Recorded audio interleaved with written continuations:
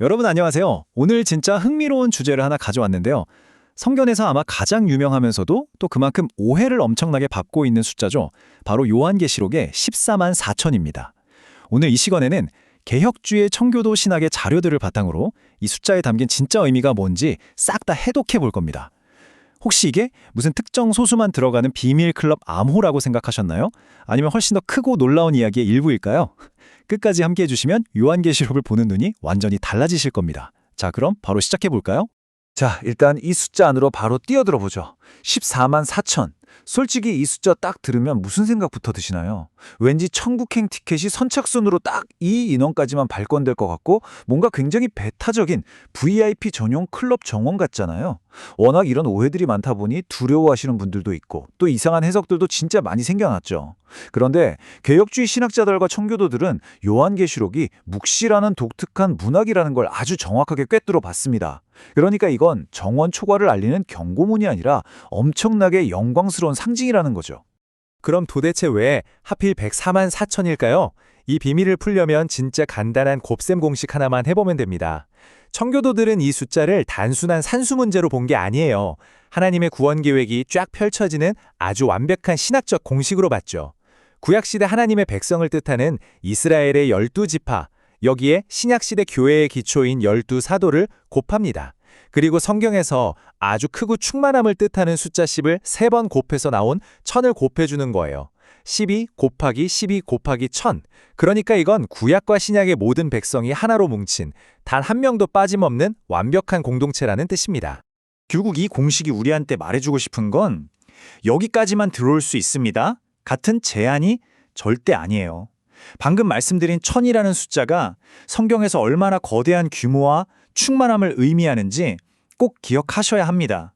그러니까 14만 4천은 한계치가 아니라 절대적인 확실성을 보여주는 숫자입니다.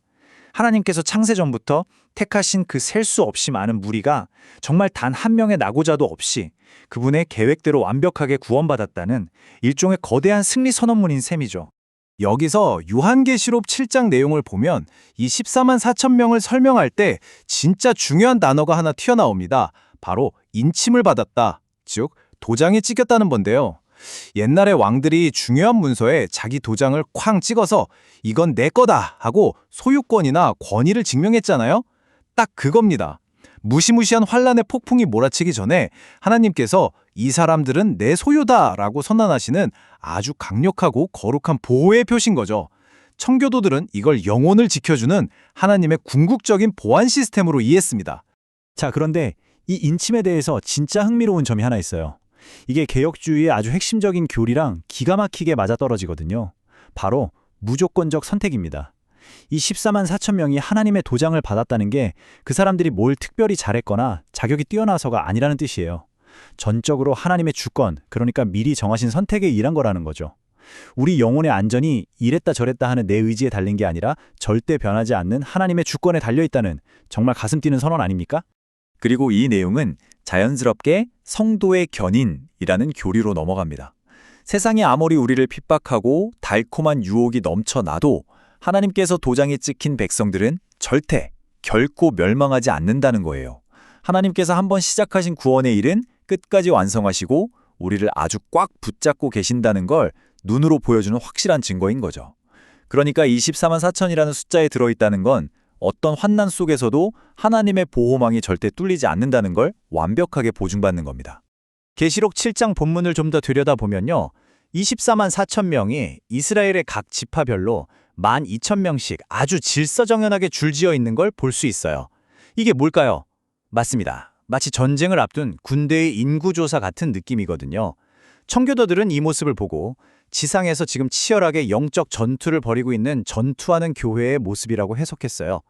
우리가 이 세상을 살아갈 때 편안하게 누워서 가는 유람선 승객이 아니라 십자가 깃발 아래 모인 든든한 영적 군대라는 사실을 아주 시각적으로 확실하게 보여주는 거죠.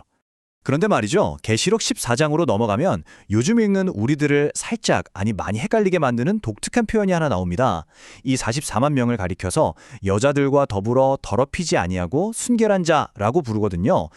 예전에는 이 구절을 진짜 글자 그대로만 해석해서 특정 종교 집단이 신도들에게 무조건 독신으로 살라고 강요하는 안타까운 일들도 있었죠. 하지만 이 문장 절대 그렇게 문자적으로만 읽고 넘어가시면 안 됩니다. 제대로 된 해독이 필요해요. 그러니까 여기서 제일 중요한 포인트는 이게 진짜로 결혼하지 말고 혼자 살라는 육신적인 독신을 뜻하는 게 아니라는 겁니다. 성경을 보면 종종 하나님을 떠나 우상 숭배하는 걸 영적인 간음으로 비유하곤 하잖아요. 마찬가지로 이 표현은 영적인 순결을 말하는 거예요. 세상의 여러 우상들, 권력, 돈, 이런 세속적인 유혹들과 타협하지 않고 우리의 영원한 신랑 되시는 예수 그리스도께만 오직 100% 충성하는 그런 교회의 깨끗한 모습을 묘사한 겁니다. 진짜 멋진 비유 아닌가요?